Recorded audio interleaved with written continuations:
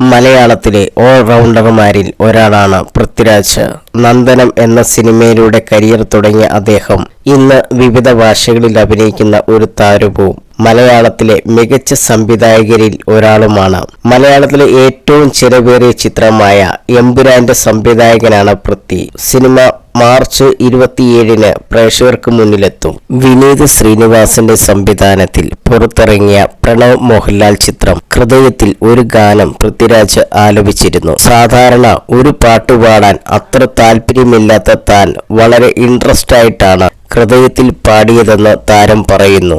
ഒരു സിനിമയിൽ പാടിയതുകൊണ്ട് അടുത്ത സിനിമ തന്നെ വെച്ച് എടുത്താലോ എന്ന് താൻ കരുതിയെന്നും പൃഥ്വി പറഞ്ഞു. പൃഥ്വിയുടെ വാക്കുകൾ: എനിക്ക് അന്നും ഇന്നും പാടാൻ വളരെ ഇഷ്ടമുള്ള ആളൊന്നുമല്ല.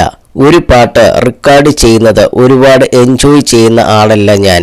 ഇപ്പോഴും എന്നെ പാടാൻ വിളിക്കുമ്പോൾ മടിയാണ്. ഒരുപാട് കൺവിൻസ് ഒക്കെ ചെയ്തിട്ടാണ് എന്നെ വിളിക്കുക.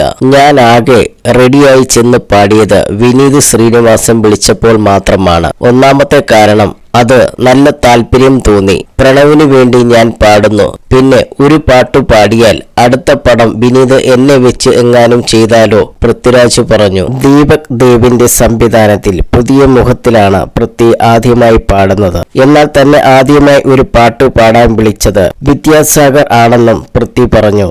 സത്യത്തിൽ എന്നെ ആദ്യം പാടാൻ വിളിക്കുന്നത് ദീപക് ദേവ് അല്ല.